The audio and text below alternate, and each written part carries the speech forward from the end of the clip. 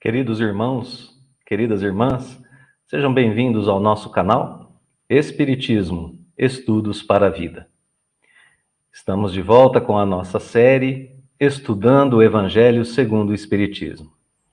Continuamos estudando o 5º capítulo do livro Bem-aventurados os aflitos.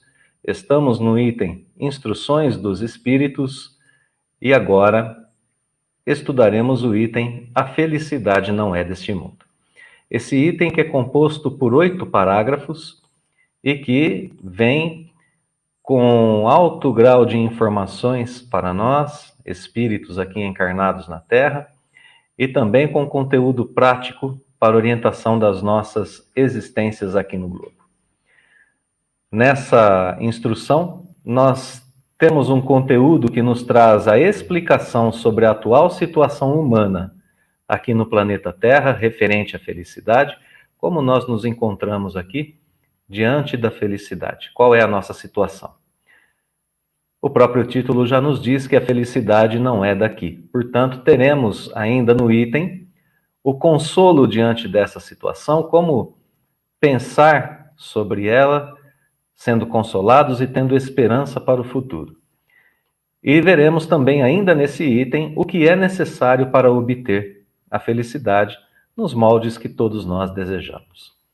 Se nós quisermos pensar naquele aspecto de continuidade entre o texto, lembremos que no item passado, Santo Agostinho nos falava sobre o mal e o remédio. O mal, a incompreensão da vida e da aflição em nossa situação aqui na Terra. E o remédio para esse mal era apresentado por Santo Agostinho como sendo a fé. Até agora, o Evangelho segundo o Espiritismo, no capítulo 5, tratou quase que exclusivamente das aflições. Pois bem, quando chegamos a esse item, a felicidade não é deste mundo, nós somos levados a pensar como nós tratamos essa relação entre a felicidade e as aflições.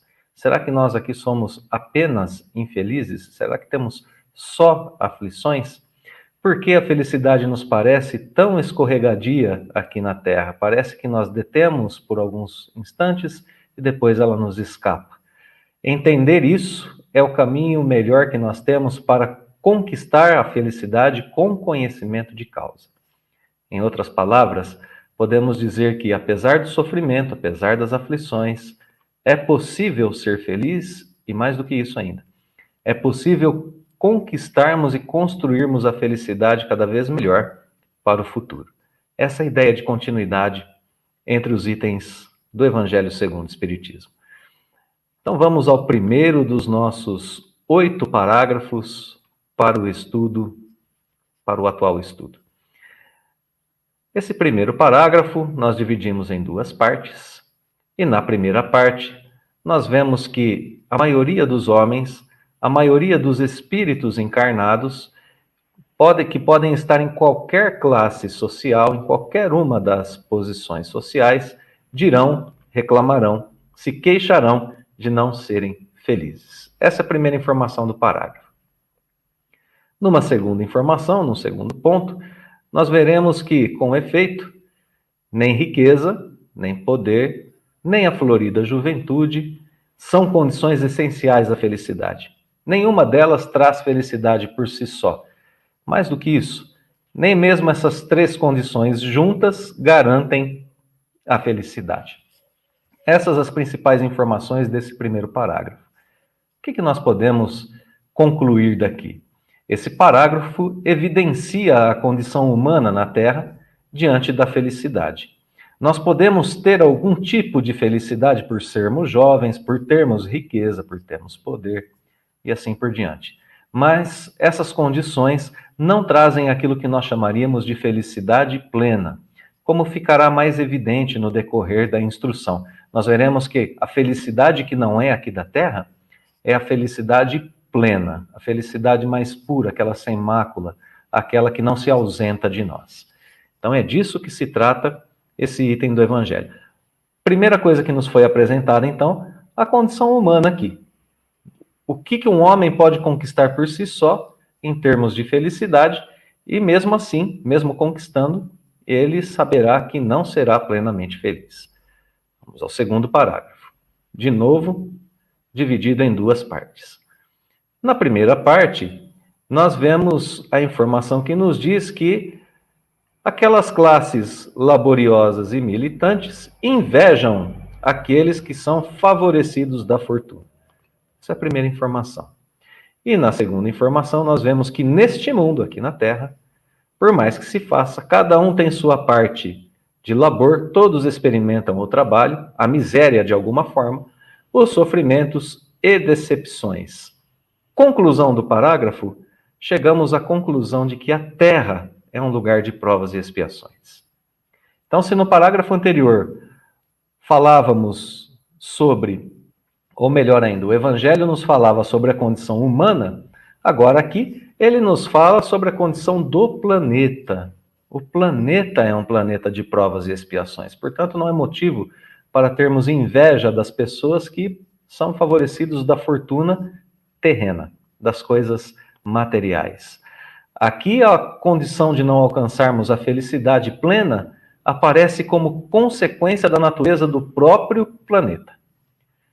Vamos continuar a linha de raciocínio e vamos para o terceiro parágrafo.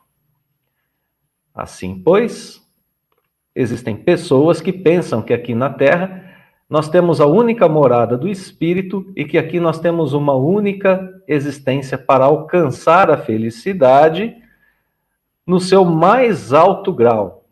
Aqui já começa a ficar evidente que nós estudamos a felicidade plena, não é? A felicidade plena não é daqui. Que a sua natureza comporta, que a natureza do planeta comporta, né? Bom, essas pessoas que agem, que pensam dessa forma, ao mesmo tempo em que se iludem, enganam aqueles que os veem agir assim ou que os escutam dizer isso. Perdão.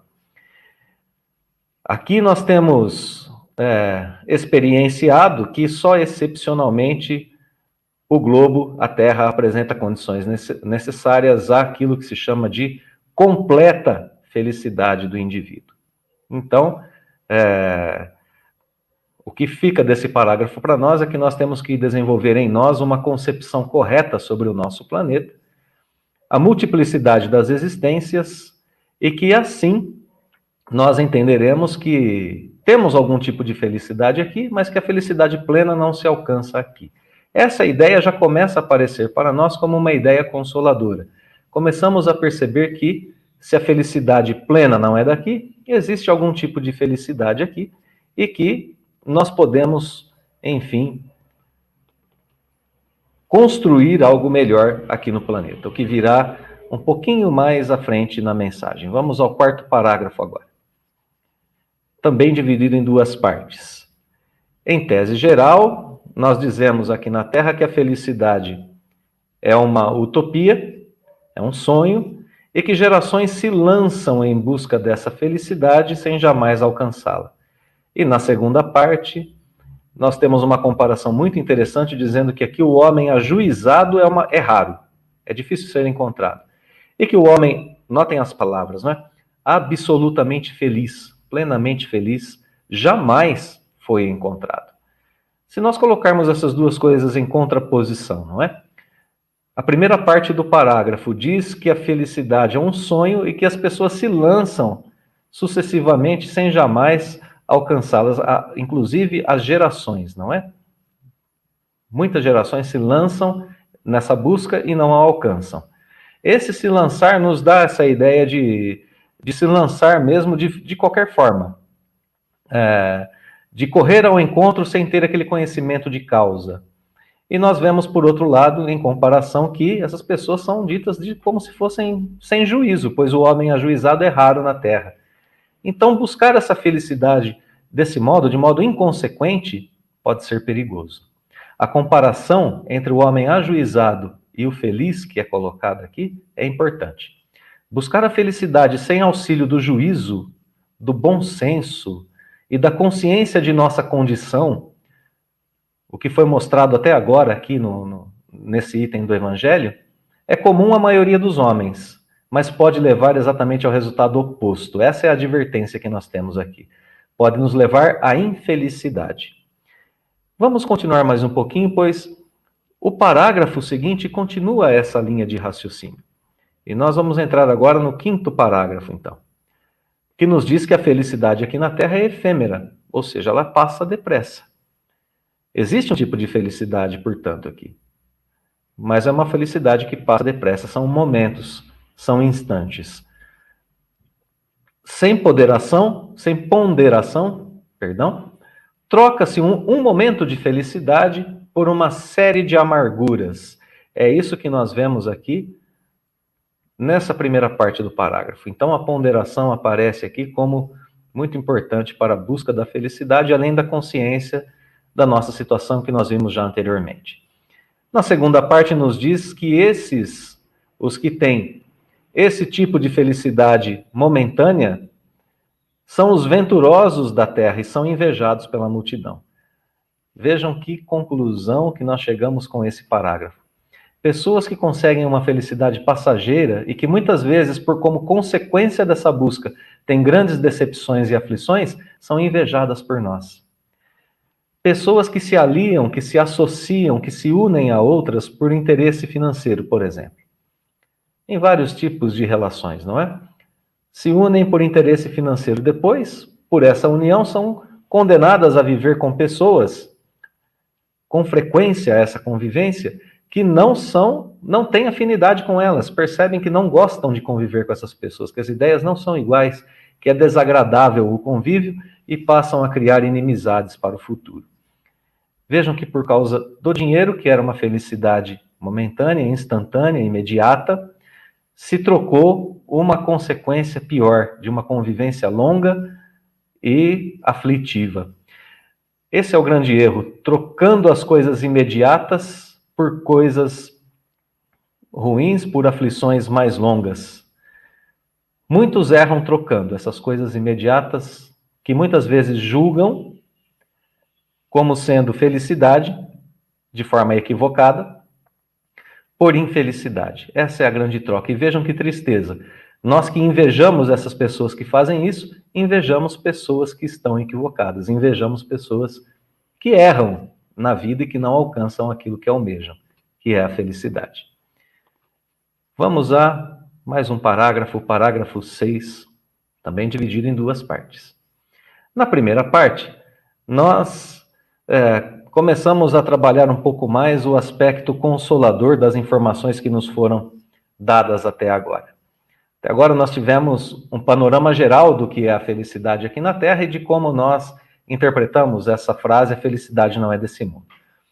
Agora, nessa primeira parte desse parágrafo, nós vemos que, como consequência, se a Terra é um lugar de provas e expiações, nós temos que admitir que em algum lugar há moradas melhores, há mundos mais felizes, há mundo onde nós temos plenitude, não é? Nos gozos inerentes à vida humana, nos prazeres, nos prazeres reais, não é? Na felicidade real.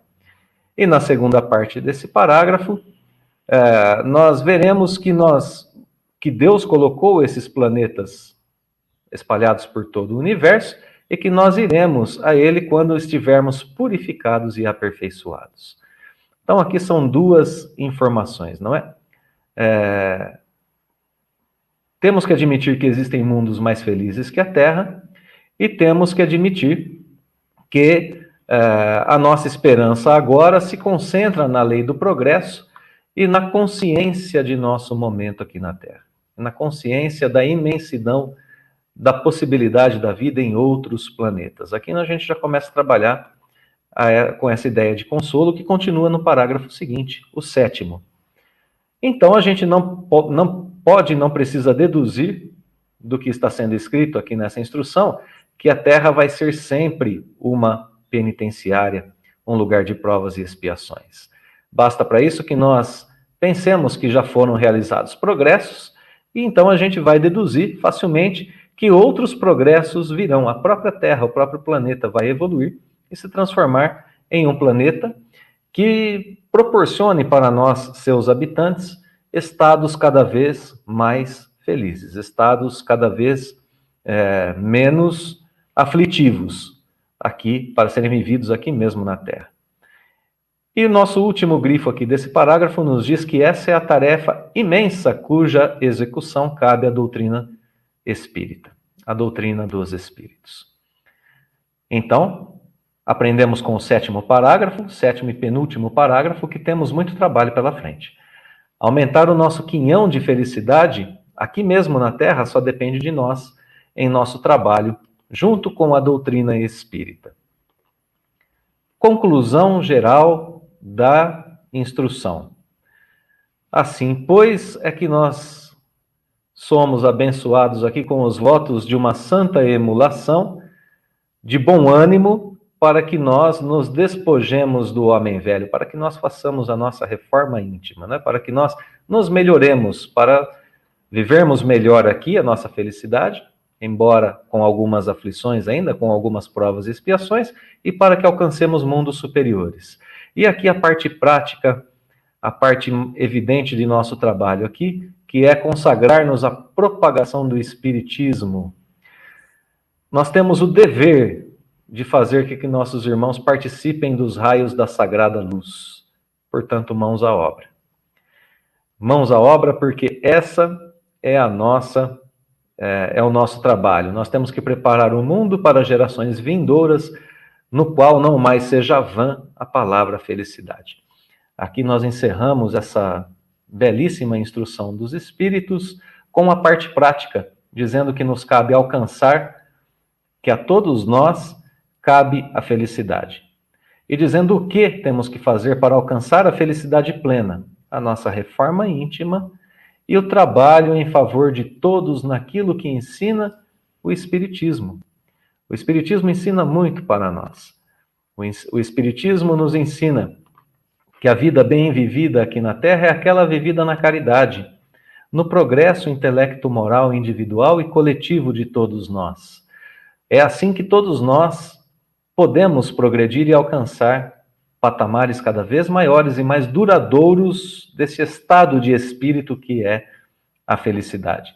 As principais qualidades que nos cabem e que foram colocadas aqui nesse item do Evangelho são o juízo, nossa capacidade de ajuizar, não é? Nossa capacidade de identificar o bem e o mal e de escolher entre eles, a ponderação diante daquilo que a vida terrena nos oferece como sendo os seus prazeres, as suas felicidades imediatas, a nossa consciência sobre o nosso papel, sobre a nossa situação aqui, e a esperança para dias melhores. Unido a tudo isso, esse trabalho incessante no bem, que a doutrina espírita nos ensina.